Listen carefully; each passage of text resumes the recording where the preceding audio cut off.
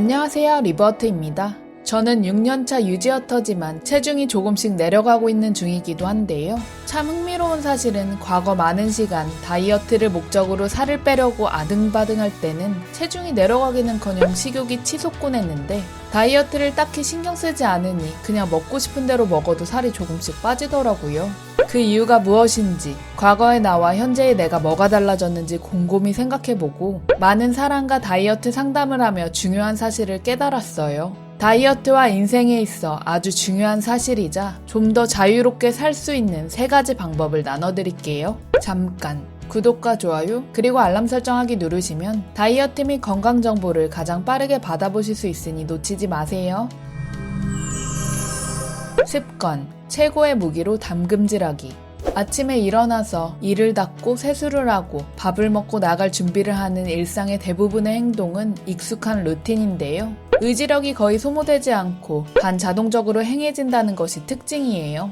애를 쓰지 않아도 흘러가는 것 같이 말이에요. 습관이 모여 나를 만들죠. 그러니 개개인은 하나의 습관 덩어리라고 말할 수 있겠네요. 하지만 다이어트를 시작하면 우리는 평소와 다르게 먹고 더 많이 움직여요.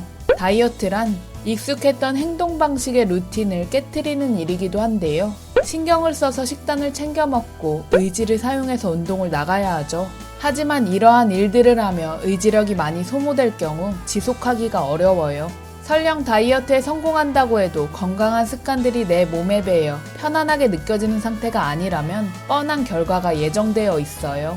원하는 체중에 도달하고 다이어트가 끝났다고 해서 이전에 살쪄있던 나의 습관들로 돌아가면 요요는 무조건 따라와요. 바로 습관 요요인데요. 작은 행동들이 모여 나라는 사람을 만드는데 건강하고 날씬한 나를 만들었던 습관이 사라지면 빠졌던 살이 나를 덮어버리는 것은 당연한 원리죠.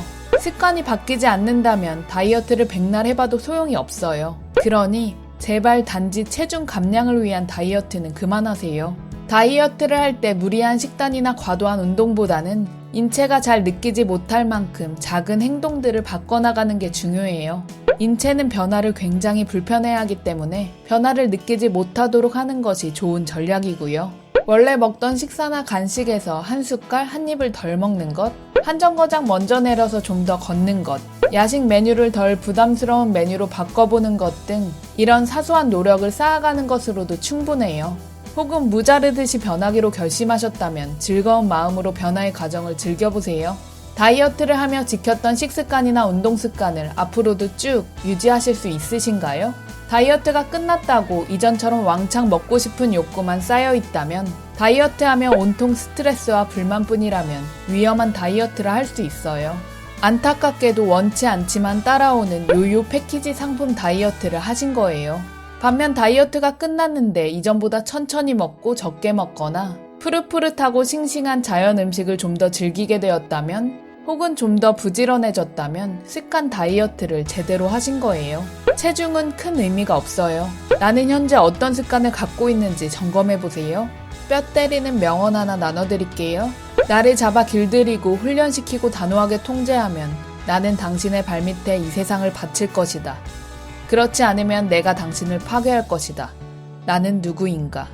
나는 습관이다.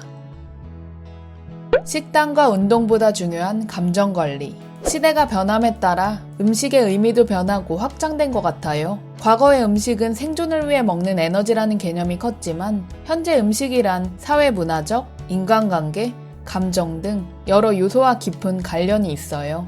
식단이나 운동에 대한 정보를 많이 알고 있는 사람들도 다이어트에 실패하는 이유는 먹는다는 것이 단순한 의미가 아니기 때문이죠. 의지력이 강하고 어떤 분야에서 뛰어난 업적을 이룬 사람들도 다이어트에 실패하기 마련인데요.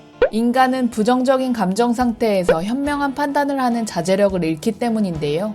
많은 사람은 자신의 감정이 어떠한지조차 인지하지 못하고 알려고도 하지 않는 편이에요.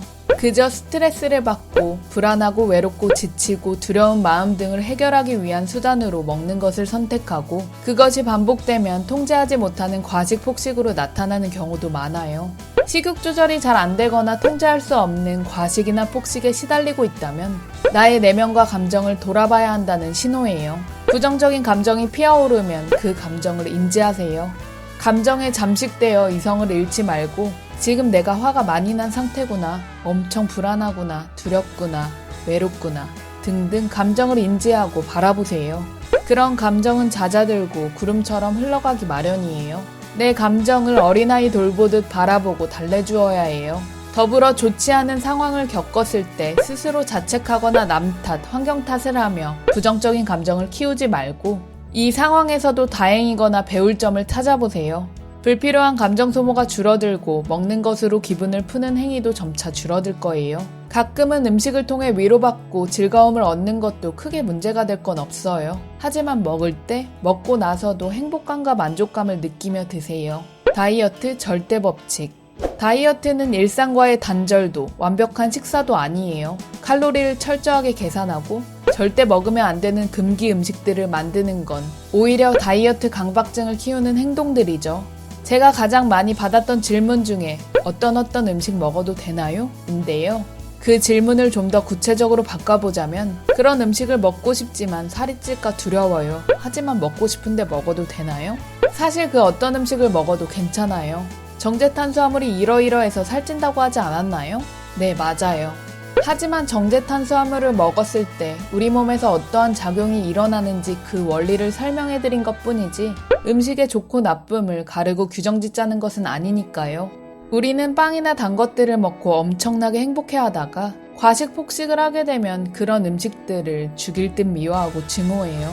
과식하는 자신까지도 미워하게 되죠. 그 어떤 음식이든 우리의 생리적 포만감에 따라 적정량 먹는다면 전혀 문제될 게 없어요. 하지만 특정 음식을 필요 이상 많이 먹고 탐닉하며 중독이 될 때 몸과 마음을 해치는 무기로 변할 수 있는 거고요. 어떤 음식을 먹든 음식을 먹는 것을 인지하며 먹고 감사한 마음으로 드시는 게 중요해요. 음식은 그냥 음식일 뿐이에요. 좋다 나쁘다 과도한 의미를 부여할 필요도 성공하고 실패한 식단이라고 구분할 필요도 없어요. 그리고 요즘은 언제 어디서나 검색하면 정보가 쏟아지는 시대인데요. 무분별한 다이어트 정보도 넘쳐나죠. 누군가에게는 아주 효과적인 방법도 나에게는 맞지 않을 수 있어요. 다이어트 정보를 100% 신뢰하거나 따라하지 마세요. 사람마다 환경, 상황, 체질, 체중, 입맛이 모두 다른데 어떻게 다이어트 방법이 같을 수가 있을까요? 건강 지식을 키우고 제대로 된 정보를 가려내고 자신에게 도움이 되는 부분을 취하는 것이 현명해요. 자신의 경험만 가지고 혹은 경험해보지도 않고 어떤 방법이나 남을 판단하거나 비판하지 말고 자신에게 집중해보세요. 다이어트 절대 법칙이란 바로 유연함이고 누구에게나 통하는 절대 법칙이 없다는 것이 진리예요. 다이어트에서 자유로워지고 인생을 바꾸는 3가지 방법을 정리해보자면 습관을 내 편으로 만들기, 내 감정을 인지하고 이해하고 관리하기, 모든 상황에서 절대라는 말을 제거하고 유연하게 대처하기. 더보기란에 함께 보면 좋은 영상 참고하시고요. 각종 의견 및 사례 그리고 안부는 댓글로 남겨주세요. 그 어떠한 조건 없이 그저 당신을 진심으로 응원할게요. 말로 다 표현할 수 없을 만큼 고맙고 사랑합니다. 우리 존재 화이팅!